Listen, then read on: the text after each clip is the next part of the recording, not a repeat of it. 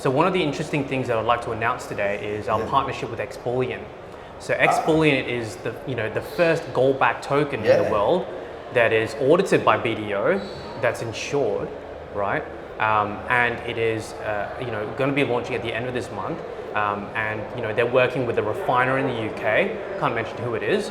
And so people will be able to buy fractional amounts of gold. So instead of having to buy a gram of gold, you can buy half a gram of gold, right? Okay. So that's something. The Trader Cobb Crypto Show, talking business in blockchain.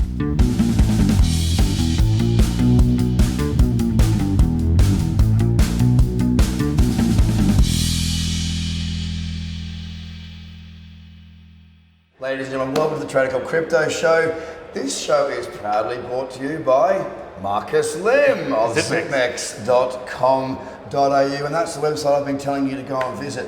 It's actually an exchange, and Marcus, pleasure to actually meet you, mate. Yeah, pleasure to mine as well. Well, listen, I want to speak to you about what you guys are doing, but first, Sure. I want to get to a bit about your background, because you're a successful young dude. Based out, or you were in Australia, Sure. Entrepreneur, you've had another startup, which I believe you exited, is that correct? Correct, yes. And what has brought you into Zipmex? Sure. Okay, so just a bit about myself. Yeah, sure.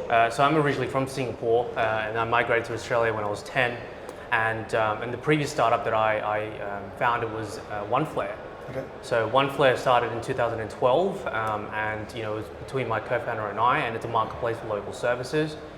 We built that business along the way, and in 2016, Fairfax Media, or rather the subsidiary Domain Group, bought a 35% stake in the business, which I exited, and I kind of moved back to Singapore to kind of explore the fintech industry or landscape here in Southeast Asia.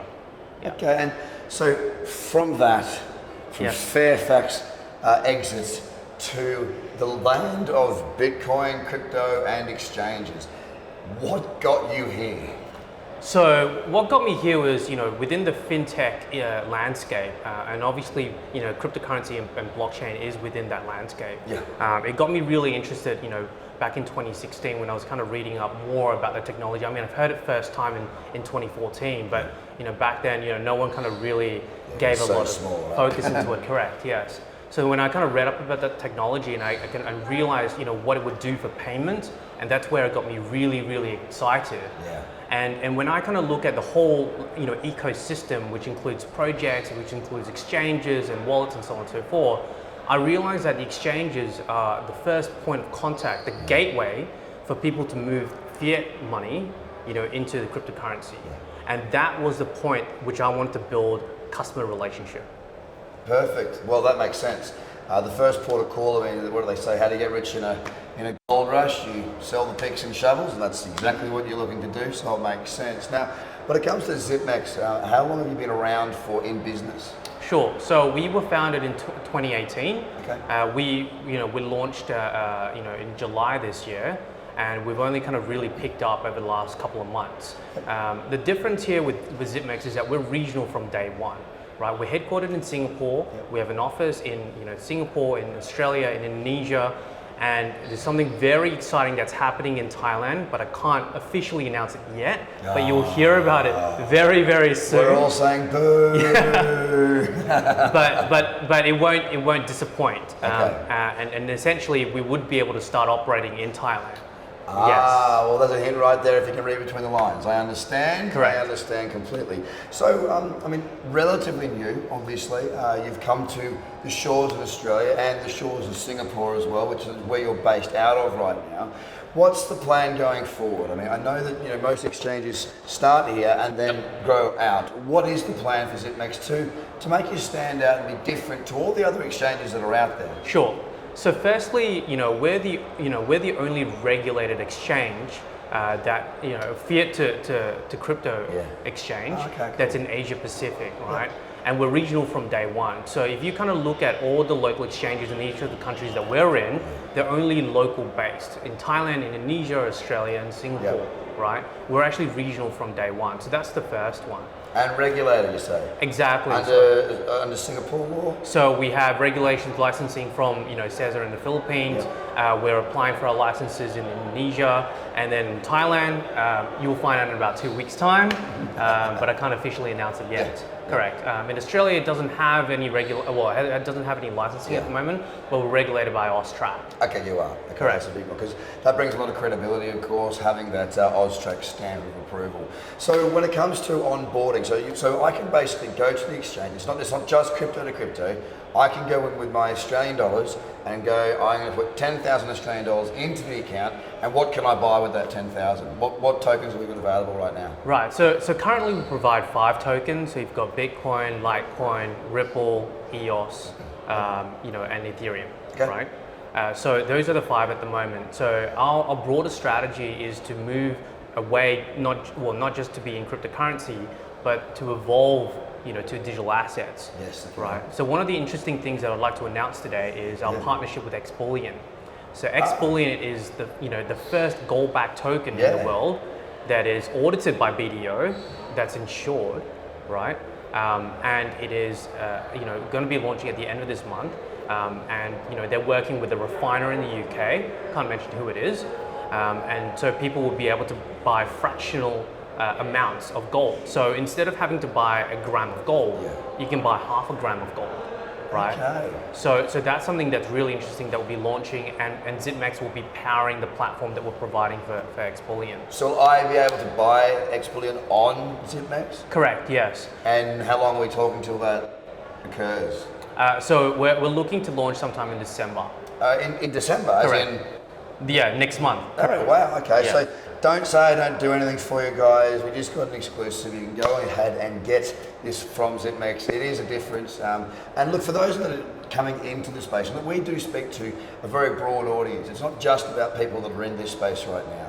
It's about people that are looking to enter it, trying to find credibility, trying to understand who to go with and what to go with. Zipmex, of course, with that regulation, with that AUSTRAC stamp of approval, with the Philippines and with Singapore law, the regulation behind that, it's a really, really good backbone for an exchange. It's a great place to start.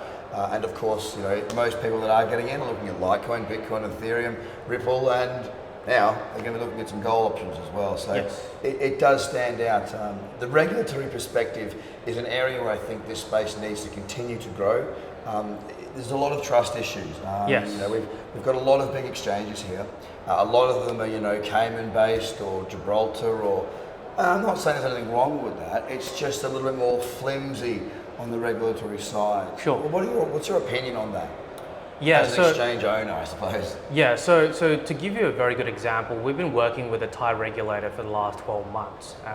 Each of these countries in Asia Pacific are starting to regulate the space. Singapore MAS is coming out with regulations in January, but it's very clear that there's going to be a program around this.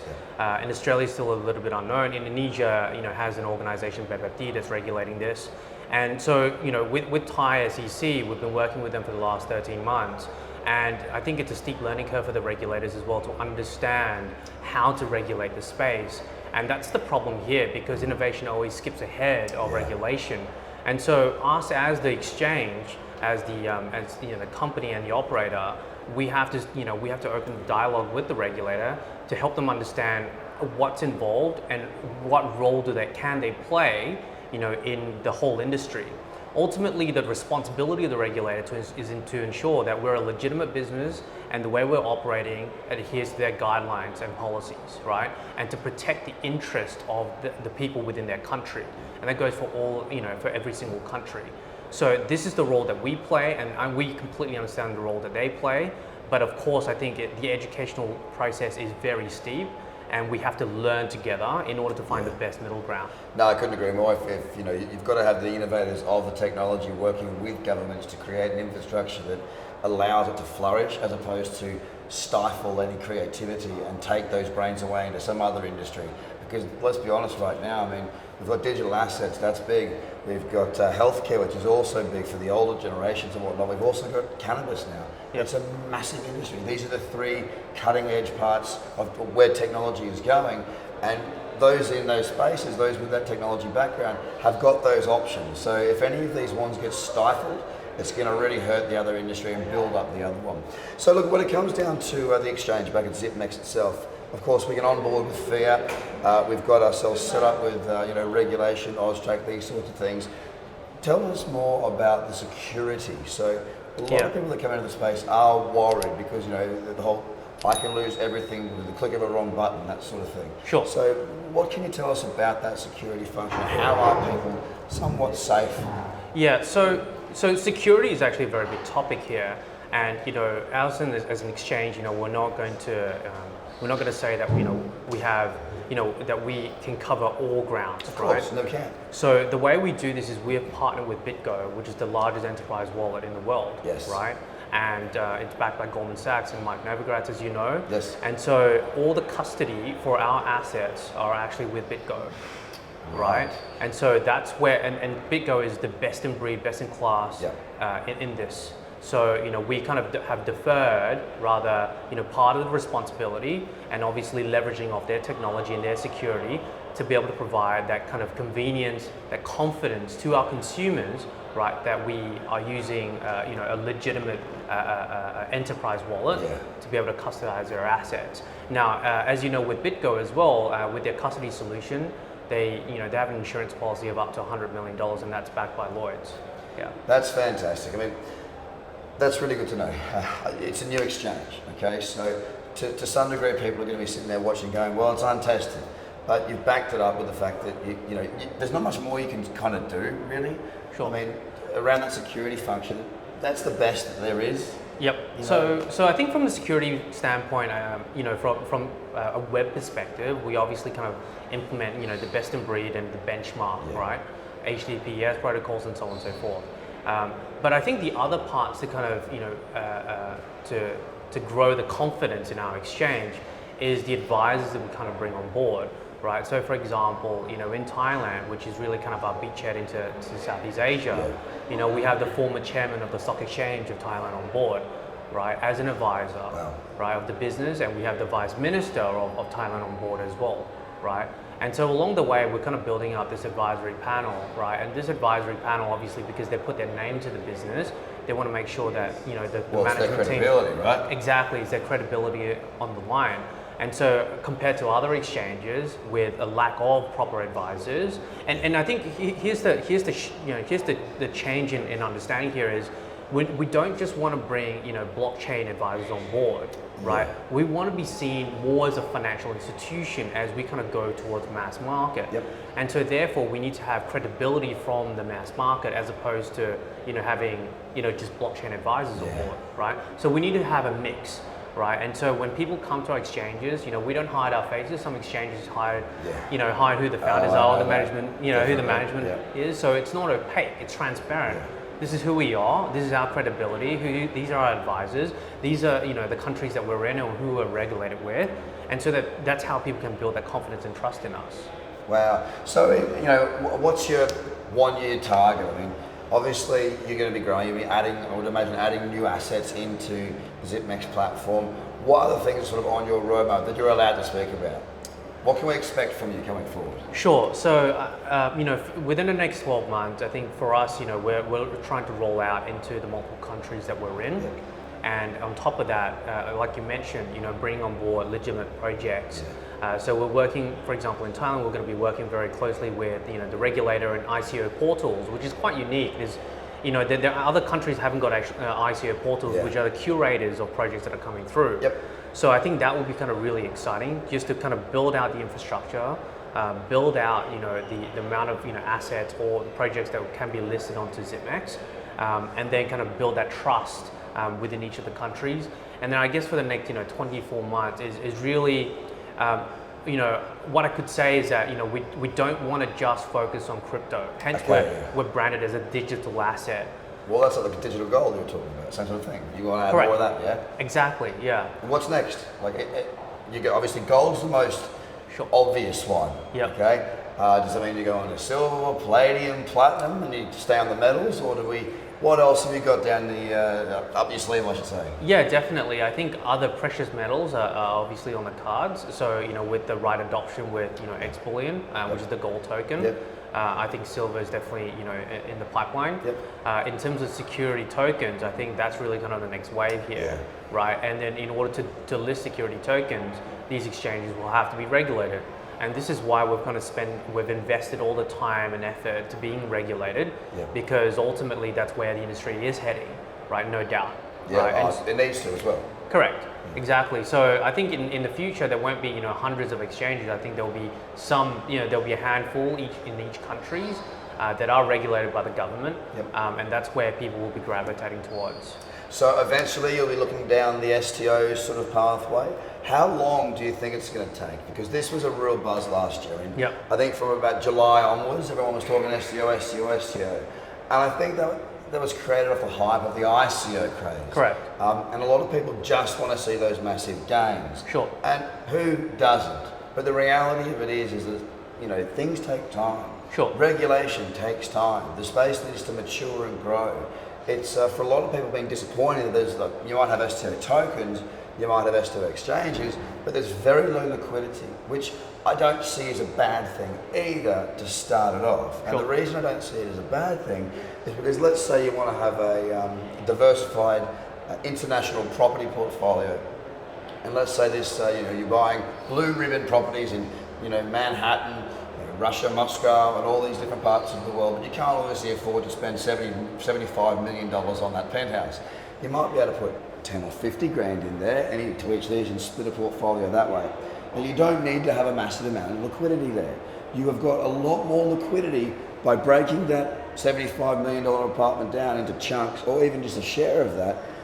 Even if you can't sell it today, it's much harder to sell a $75 million property in a few days than it is to sell a small chunk of that. So I don't see the liquidity on certain asset types as being a major issue. Sure. But it's a little bit far behind. How long do you think it's going to take until that STO space really starts to gain some momentum?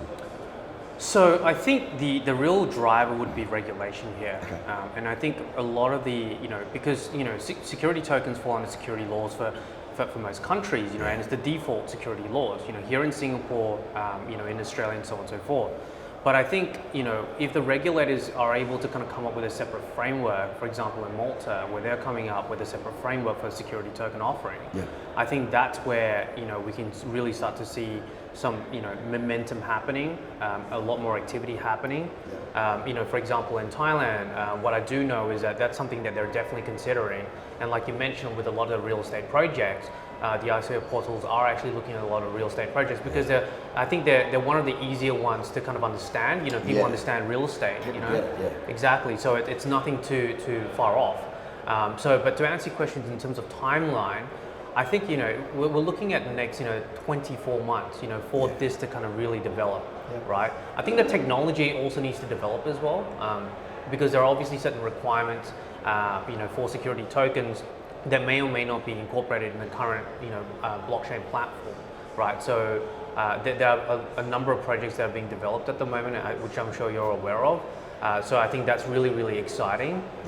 So it's a number of moving pieces that need to kind of come together in order for it to kind of take off. But I think what's really good at the moment is the pilots that are happening, the smaller projects that are happening. Momentum gaining. Exactly, to kind of validate what security token is, right, and how the mass market can be involved. Well, you got to crawl before you can walk, that's for sure, and it is good to see that. So we can onboard with fiat, Australian dollars, as we're talking to them mostly. Well, we're all over the world, guys, so make sure you check out the website. Do you have a doc? What are all the websites? We'll cover that in just a second. Sure. We can onboard with fiat, we can capture the top 5, basically, that obviously they move around. You're looking into STOs and your gold token coming out, and information and news coming from Thailand shortly. Is there anything else that we've missed on this interview? No, I think that's it for now, and that's all we can talk about. Correct, yes. But there'll be definitely more updates coming soon, so stay tuned. And where do they find out information? List all your domains and where we can find you on socials. Tell them. Yeah, so you can come to zipmex.com, and that is basically our global site. For Australia, you can go to zipmex.com.au. If you're in Indonesia, you can go to zipmex.co.id. And then very soon we're going to be launching zipmex.co.th. One of the other things that we want to also kind of announce is, look out for Vietnam, because that's our next market we'd like to kind of, penetrate. This guy's doing it all, moving around. I tell you what, it's been an absolute pleasure to meet you, Marcus. Thank you, Craig. Very much. CEO it's a pleasure. of Zipmex, ladies and gentlemen. Go across and check out zipmex.com, as he said, or .com.au if you're in Australia. Have a fantastic day. Bye for now. Thank you. The Trader Cobb Crypto Show, talking business in blockchain.